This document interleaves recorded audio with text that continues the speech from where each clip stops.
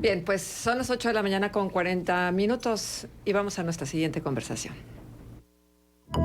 La voz de los protagonistas. En Contextos. Muchísimas gracias por estar con nosotros y bueno, pues vamos a iniciar esta conversación con una personalidad que ha venido ocupando los principales espacios en los últimos 15 días. La verdad de las cosas es que estamos impactados con el efecto mediático que ha tenido la presencia de Xóchitl Gálvez, aspirante por el Partido Acción Nacional, participante del proceso Va por México del Frente Amplio por México, el cual definirá el candidato a la presidencia que precisamente va a representar este frente.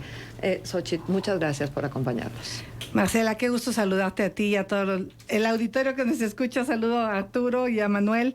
Gracias por esta invitación. Qué gusto estar aquí en Coahuila, qué calor. Estoy muy impactada de la fila de los adultos mayores está tremendo, para entrar. O sea, me parece inaceptable, me parece innecesario. Y eso te habla de la poca eficacia de este gobierno. O sea, entregar los programas sociales y los adultos ahí sentados y te me decían, ¿dónde vamos al baño? El calor va a empezar a subir. Qué historia, ¿eh? Y ustedes lo ven, yo creo que seguido. Sí, desgraciadamente, pero se ha acentuado, ¿eh? Últimamente creo que se ha hecho más grave el asunto, pero ayer se decía en esta conferencia que tuvo lugar en el Centro de Convenciones Torreón que no nada más son necesarios los programas sociales per se, por sí mismos, sino que hay una serie de necesidades y carencias que tienen que ser cubiertas. Por ejemplo, se hablaba de la atención médica, de los medicamentos, por supuesto, de que haya las prótesis necesarias, los aparatos auditivos, las prótesis dentales. O sea, que es un conjunto de actividades, no solamente es dar dinero. ¿Cuál es la visión que tiene Xóchitl tal vez en este Pues sentido? Justamente todo empezó por eso. Porque estaba yo dando una conferencia en la Feria del Libro de Guadalajara. Yo ahí especialmente me refería al programa de Jóvenes Construyendo el Futuro, donde yo decía que además de esta beca que se les da por 12 meses, se les tendría que dar una serie de competencias laborales, habilidades digitales, un idioma, código, ¿no? Un joven que habla inglés y que aprende código puede conseguir un empleo mucho mejor pagado que cualquier otro joven que no lo habla. Y eso yo decía en Guadalajara como para poder aprovechar el nearshoring que está llegando, pero que no van a llegar empresas relacionadas a la tecnología si no tenemos ese capital humano preparado. De repente el presidente sale en la mañanera, eso lo dije el 28 de noviembre, el 6 de diciembre, dice, Xóchitl Gálvez acaba de decir que va a quitar los programas de adultos mayores. Y obviamente lo hace para descarrilarme de esta posibilidad que tenía de ir a la Ciudad de México. Porque obviamente si él dice, esta señora está en contra de los adultos mayores, pues me van a agarrar una tirria, un odio. Y entonces yo preparé una carta de réplica que quise que el presidente leyera y al final no la quiso leer. Me tuve que ir a un juicio, gané el amparo para el derecho de réplica. ¿Y qué le quería decir yo al presidente? Básicamente, más o menos. O sea, ¿cómo cree él que yo puedo pedir que se quite el apoyo a los adultos mayores si mi abuela murió de 34 años dejando huérfana a mi mamá a los 9, se supo a hacer cargo de sus hermanos, producto de la pobreza, porque murió tirada sobre un petate por falta de atención médica a mi abuela? Entonces, ¿qué digo yo? Que sí, que está bien que se dé la pensión, necesitamos que tengan medicamentos.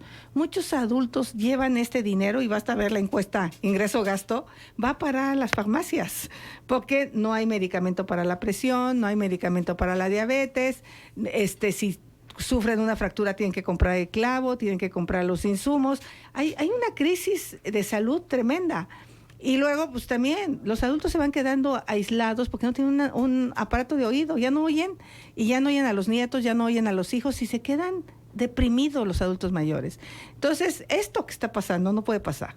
Los adultos mayores no merecen estar ahí en el rayo del sol, sentados, muchos parados, esperando a que puedan sacar un dinero cuando podían sacarlo en cualquier sucursal bancaria, no sé cómo funcionaba antes, o les pagaban en efectivo, que hoy hay otros países que lo han hecho muy bien con temas digitales, pero bueno, en ese sentido, yo lo que le quería decir al presidente, ¿cómo cree usted que yo puedo quitar la beca Benito Juárez si a mí me tocó vender gelatinas de niña para ayudar a mis padres, porque mi papá era alcohólico y mi papá era violento?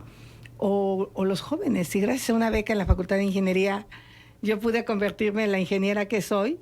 Yo empecé de telefonista en la Ciudad de México, trabajando de telefonista y luego le seguí con una beca del Centro de Cálculo.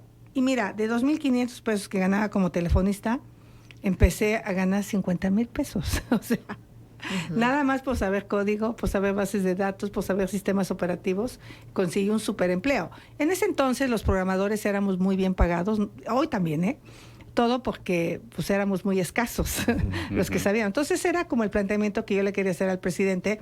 Y el presidente, pues al cerrarme la puerta de Palacio, que no le iba a decir nada ofensivo. O sea, esto que te estoy diciendo simplemente es una visión de política pública que yo tengo.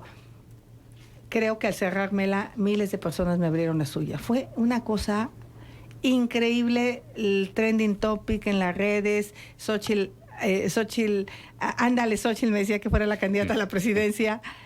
Y pues lo valoré, sopesé lo que tenía seguro. Y esto pues se ve complicado, pero creo que no me hubiera perdonado no intentarlo.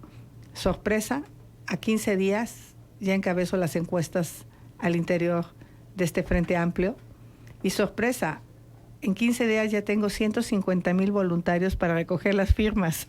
O sea, que el tema de las firmas, que era el que sonaba más difícil, en mi caso no va a ser nada difícil. Dos cosas.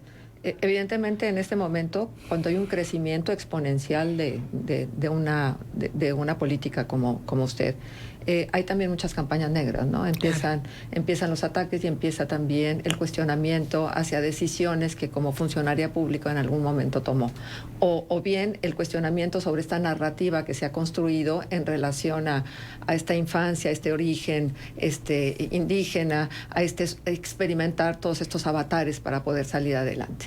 Se desgasta esta narrativa. ¿Y qué siente usted cuando se descalifica este origen y esta manera de entender la vida producto de las experiencias vividas? Mira, es un debate muy tonto, porque primero hay que ponerse en los años 60, cuando yo nazco, donde nadie quería ser indígena, donde había toda una política de integracionismo y la apuesta fue que se dejaran de hablar las lenguas indígenas. Era la integración de los indígenas al desarrollo. Era esta de por mi raza hablará mi espíritu, ¿no? Es esta visión más criolla del país. Entonces, mis abuelos son hablantes de lengua indígena y el Fisgón dice que son campesinos pobres, porque fue justo lo que hizo la Constitución. Invisibilizó a los pueblos indígenas y los confundió con campesinos pobres. Cuando yo escucho hablar a mis abuelos, yo me enamoro de la lengua. Yo me enamoro de su cultura, me enamoro de nuestras tradiciones y decido pertenecer ahí. Pude haber decidido ser más mestiza como mi mamá, ¿no? Pude, pero no, decidí que yo quería hacer eso, que como que eso me conectó y desde los 14 años empecé una lucha a favor de los pueblos indígenas, empezando de mi municipio. Y luego, como empresaria, desarrollé una fundación para atender a población indígena.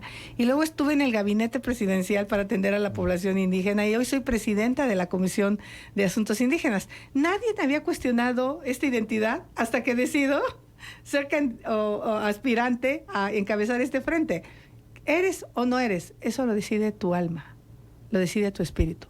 Hay 24 millones de mexicanos que dicen ser indígenas, de los cuales 17 no hablan una lengua.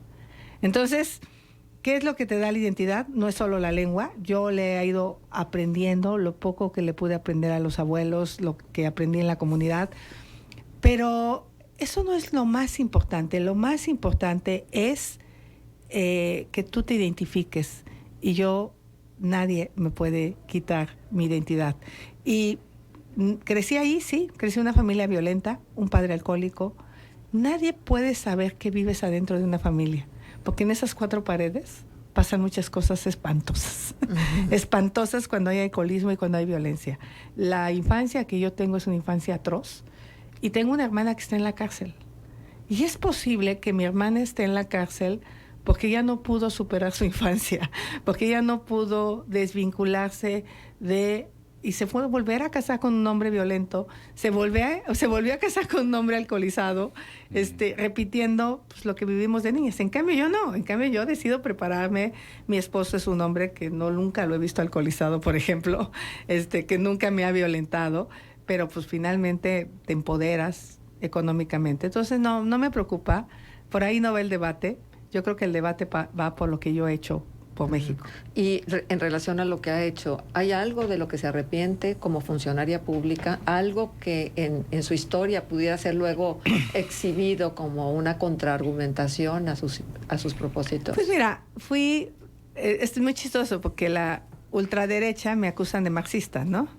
Pues claro que en mis juventudes estuve en la Liga Obrera Marxista, porque yo quería cambiar el mundo, porque yo me resistía a que en mi pueblo hubiera un par de caciques que son los que decidieran nuestro destino.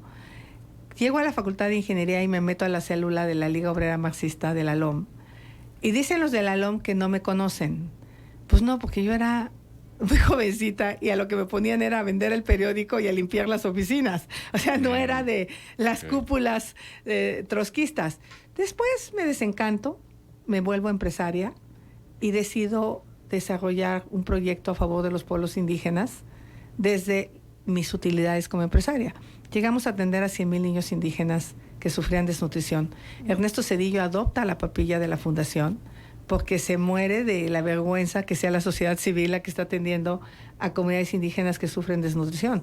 Yo llegué a San Lucas Camotlán caminando con la papilla, caminando, porque no había acceso terrestre. Y como funcionaria federal llegué con la carretera. O sea, gracias a ese trabajo previo. Yo llego al gabinete de Fox por los cazadores de talento, porque ese año había sido una empresaria exitosa en Davos y social. O sea, a mí no me descubrió un hombre, no me inventó un hombre, no me hizo un hombre, a mí me hizo la vida, los trancazos. Yo sufrí mucha violencia sexual en la Ciudad de México, en el metro, en el transporte público. Yo vivía en Iztapalapa en un cuarto de lámina. Esa historia es real. Porque cuando uno se viene de su pueblo, pues yo no tenía con quién llegar a vivir a la ciudad. Entonces te buscas la vida. Luego me fui a una casa de asistencia donde me quisieron meter a la trata. O sea, está cañón lo que vives a los 17, 18 años. Está cañón lo que viven las mujeres de zonas rurales que van a la ciudad. Y muchas acaban, desafortunadamente, en manos de la trata. Muchas acaban, pues, la historia porque la desigualdad es tan brutal. O sea, yo por poco dejo la Facultad de Ingeniería por mi bajo nivel académico en cálculo y en álgebra. O sea, no tienes idea lo que es competir con los chavos del TEC de Monterrey, del Instituto Marista, de la Ibero, cuando tú vienes de una prepa pues bastante precaria. Entonces, igualar el piso es el gran reto. Y si alguien sabe de esa desigualdad es tu servidora. Por eso al presidente le da tanto coraje que me sienta tan orgullosa de mi origen, porque yo hubiera querido que cuando llego a vivir a Las Lomas, porque sí llegué a vivir a Las Lomas, pero les voy a contar la anécdota de por qué llegué a vivir a Las Lomas. Porque cuando hacíamos las gelatinas teníamos una olla de peltre y una cuchara de peltre. Y entonces le dábamos vuelta y mi papá le enojaba ese sonido porque dormía ahí mismo. Y entonces empezaba así, con estas groserías: ya dejen sus chingadas gelatinas, ni que se fueran a comprar su casa en Las Lomas de Chapultepec.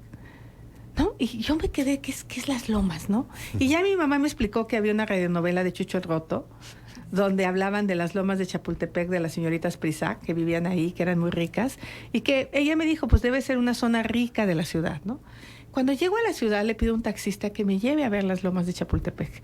De las primeras cosas que hago en la Ciudad de México es eso, ir a ver las lomas. Y ya me dijo, aquí vivía Cantinflas, aquí vivía María Félix, aquí, esta era la casa de fulano, ¿no? Y yo así veía, y sí dije, qué bonito, ¿no? Qué bonito se veía desde fuera. Yo no pude entrar a las casas. Y uno de mis sueños fue que mi mamá viviera en las Lomas de Chapultepec. Y cuando me vuelvo empresaria, me compro un departamento en las Lomas de Chapultepec. Y mi mamá le dice a mi papá, porque también se acordaba, ya ves cómo llegué a vivir a las Lomas de Chapultepec. Es una historia padre, de aspiración, de superación, que no me parece injusta si lo logras. Y lo hice antes de estar en el gabinete presidencial. O sea, no lo hice con dinero público, lo hice con mis recursos generados como empresaria. Porque si bien es cierto, yo empiezo la empresa con 40,000 pesos, vendo mi coche, rento unas oficinas, doy de alta la empresa. La verdad de las cosas es que tuve que pedir fiado un plotter y 2 computadoras fiadas. Firmé 12 pagarés con Pairo de LP Ventas. Y así nació Hightech. Yo dibujaba, yo calculaba, yo vendía, yo cobraba. O sea, y después empecé a cerrar contratos porque era muy buena ingeniera. Era una muy buena tecnóloga. Yo me había preparado en muchos lugares de diferentes partes del mundo por mi trabajo como ingeniera. Y decidí poner mi empresa. Y en 2 años era la empresaria del año. O sea, algo debo de hacer bien, algo debo de tener en la sangre, que soy una mujer pero me daban las 3, 4 de la mañana trabajando. Y tenía a mi hija pequeña abajo del escritorio durmiendo, porque tenía que entregar un proyecto. Luego ya contraté un dibujante, luego ya contraté 2 técnicos, y hasta que hoy la empresa tiene más de 250 personas. Entonces, ¿es legítimo ganar dinero? Claro que es legítimo. Sí, y son de las historias que pareciera que no gustan en la narrativa del presidente. Por eso, ¿no?, me tiene tanto coraje el presidente. Por eso me tiene coraje, pero no me tuvo coraje cuando me invitó a su gabinete él, ¿verdad? No me tuvo coraje cuando Claudia fue a verme para que fuera senadora por Morena. Bueno, a lo mejor cuando le rechazaste el puesto, ¿no? Pues puede ser, pero esa es la historia. ¿Qué tan indígena soy? No sé, no me importa. Yo sé quién soy. Ahora, revisábamos en la mañana estos datos del INEGI de 67% de la población en México que dice ya es hora de una mujer presidenta, ¿no? En Coahuila es un poquito por debajo, 66%. 2 de cada 3. 2 de cada 3, sí, prácticamente. Pues es que viene siendo hora desde hace tiempo, ¿no?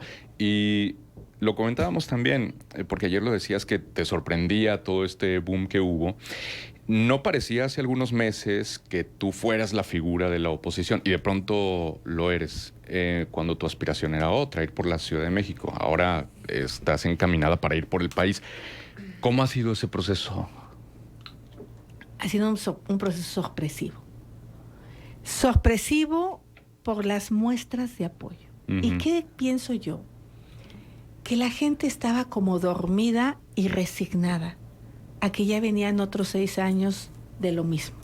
Sí. Y cuando ven mi figura, que desde que me encadeno en el Senado, esta vieja no se da por vencida, ¿no? Esta mujer pelea. O el que vaya yo con mi amparo y me enfrente al presidente, pues de alguna manera estaba yo representando a muchas personas que hubieran querido decirle al presidente, deje de dividir al país, deje de atacar a las personas, póngase a trabajar. Yo se lo digo hoy, deje de pensar en mí. Lleva 7 días consecutivos hablando de mí. A ver, ahí les va, se quemó Cantarell. Vamos a bajar la producción en cerca de 600,000 barriles de petróleo. Eso nos va a llevar a recortes presupuestales delicados, aunque sea por 3, 4 meses. Y no es el primer incendio en Pemex, ¿eh? Ha habido muchos incendios, ha habido muchos desastres porque falta mantenimiento. Asesinaron a otro periodista en Nayarit. Otro asesinato. 3. Guerrero está incendiado. Bloqueos de carreteras, enfrentamientos, retención de autoridades, porque no hay dinero para caminos. ¿Sabes que ese fondo de infraestructura que yo implementé cuando estuve desapareció con este gobierno? Por eso no hay respuesta para los pueblos indígenas. Y los pueblos indígenas ya no quieren cuentos, quieren soluciones. Entonces, yo creo que al presidente se le agota el tiempo para cumplirle las promesas a los mexicanos. Mi propuesta es que se concentre y que nos deje acá, los de la oposición, definir lo que tenemos que definir. Pero el presidente me va a atacar primero para ver si me vence emocionalmente. Lo que le quiero decir es que he enfrentado a muchos machos. Al primero que enfrenté fue a mi papá. El día que mi papá me dijo que es secundaria ni que la fregada, póngase a trabajar, ahí está el metate, ayúdele a su madre, pues no me venció. Y yo fui a la secundaria. El día que mi maestro de cálculo en la Facultad de Ingeniería me tocó las piernas para que yo cediera a sus deseos perversos, tenía yo 17 años. Era una joven que llegó con una mano adelante y otra atrás a la Facultad de Ingeniería. Tuve que hacer mi examen final de cálculo con pluma para evitar que me reprobara. El día que enfrenté a un colaborador de la empresa constructora donde yo trabajaba como ingeniera a acosarme, enfrenté a otro macho. O sea, he enfrentado a muchos machos, a los de Hidalgo, cuando no querían que yo fuera gobernadora, y decían eso. ¿Cómo van a permitir que una mujer los gobierne? Y juntaban a la gente, a las autoridades indígenas, y decían, a ver, ¿a ustedes les gustaría que su mujer los mande? Pero así, el subsecretario de gobierno.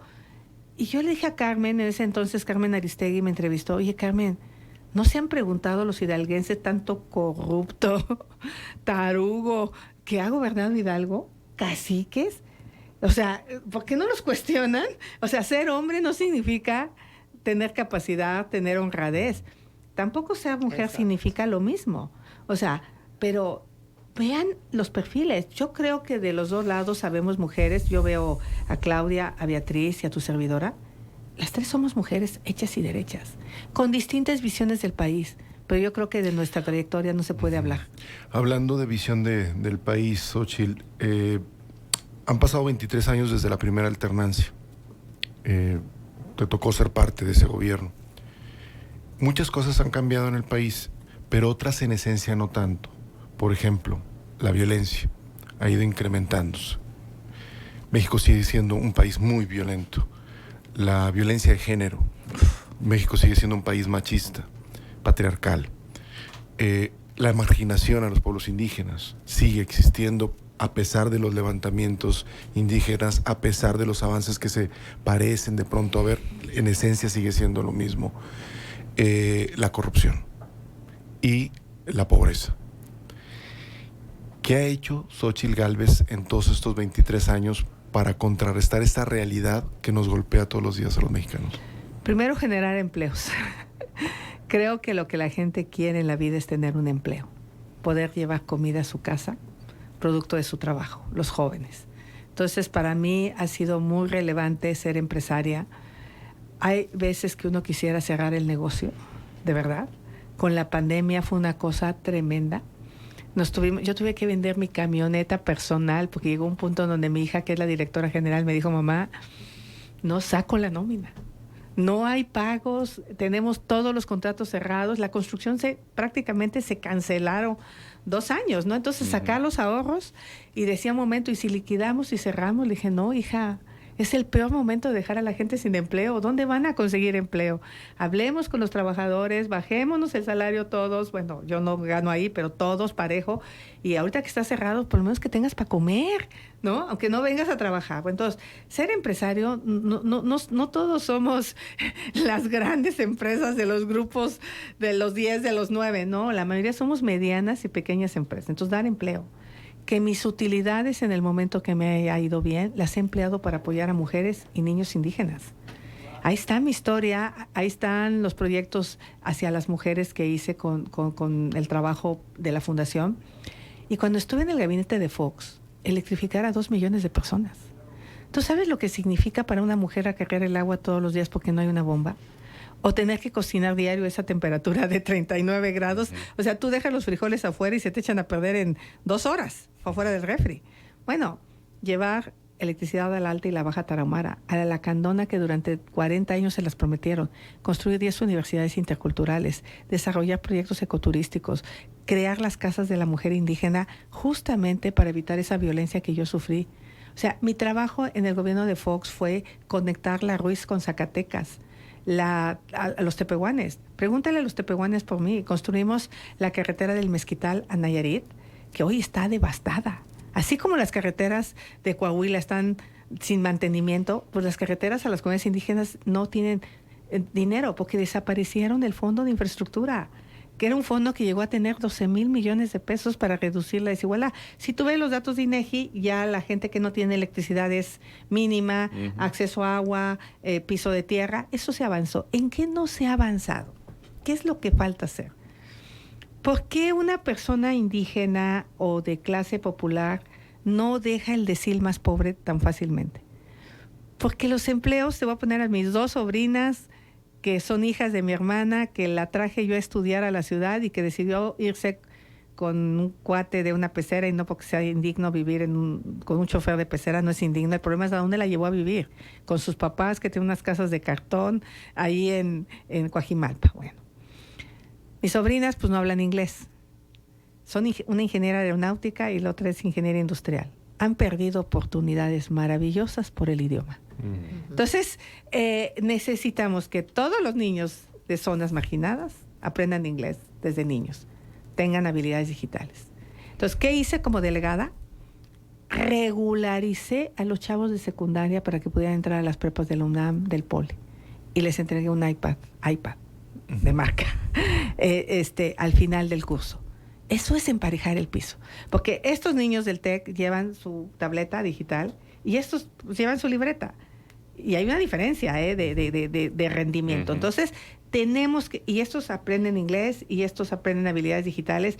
Y esa es mi propuesta. O sea, tenemos que emparejar el piso y está bien el programa social, pero ¿de qué sirve que el adulto tenga su dinero si ahorita se va a ir a comprar medicamentos? Entonces, que tenga su dinero más sus medicamentos, más sus prótesis, más... O sea, dinero hay que administrarlo bien. ¿Qué hice como delegada? Quité 6 direcciones generales que, por cierto, el PAN se enojó conmigo porque ya todos se sentían directores generales de algo. Solo dejé 3, las necesarias. Y con esos 300 millones, compré 54 camiones de basura. Cambié todas las lámparas. Puse 12,000 lámparas de fachada para que las mujeres pudieran caminar seguras. Ese es un tema bien importante, el alumbrado. Entonces, certifiqué a 6,000 mujeres en competencias laborales. Hay mujeres, te voy a mandar algunos videos para que los veas, que se fueron a la universidad a hacer carreras técnicas de 2 años en la Ibero. Hice un convenio con la Ibero para que tú, que eres madre soltera y venías por tu despensa a la delegación, y no porque me doliera darte una despensa, pero yo quería que tú tuvieras herramientas que te permitieran ser autosuficiente. Entonces hubo carreras técnicas de 2 años en contabilidad, en turismo y en programación. Y hubo mujeres que se graduaron. Y hubo carreras de 3 meses, de florista, de eléctrico, de plomero, ¿no? Ok, cada quien escogió qué quería. Eso es lo que tenemos que hacer como gobierno, emparejar el piso. Y eso es lo que he hecho como funcionaria. Como senadora, mi primera ley fue que las trabajadoras del hogar tuvieran seguridad social. Hoy estoy peleando para que los jornaleros agrícolas puedan darse de alta en el campo que estén. Estoy peleando para que los trabajadores digitales, estos del Uber y estos del Didi y estos de Rapid, tengan seguridad social. Los atropellan, los matan. ¿Y qué? ¿Quién se queda? ¿Quién apoya a las familias? Entonces, sí soy empresaria, pero mi agenda social es de toda la vida. ¿Su relación con el PAN? Mira, yo le digo al PAN ayer que estuve, le dije, miren, ahí estoy, ahí llegué. Hay cosas con las que comparto con el PAN muy bien. El bien común, la solidaridad, evitar el dolor evitable, el desarrollo empresarial. Esa parte. Hay cosas donde yo soy una mujer de más libertades. En el tema de la comunidad LGBTIQ+, en el tema de las mujeres, en este derecho a si quieren tener a sus hijos tengan apoyo, si quieren interrumpir el embarazo no se les meta a la cárcel, por Dios. Claro. Y de repente, pues, aprobé la regulación de la marihuana a favor, ¿no? Sí, sí. Entonces, prefiero no ser militante, pero les digo, vivo con el mismo marido más de 30 años y no tengo acta de matrimonio, entonces tranquilos, no necesito actas de matrimonio. Muchísimas gracias por estar con nosotros. Bienvenida gracias. a La Laguna, bienvenida a Coahuila. Gracias, Marcela, gracias, Arturo, gracias, Manuel. Gracias, Xochitl. Vamos a la pausa, volvemos ya. Contextos. El programa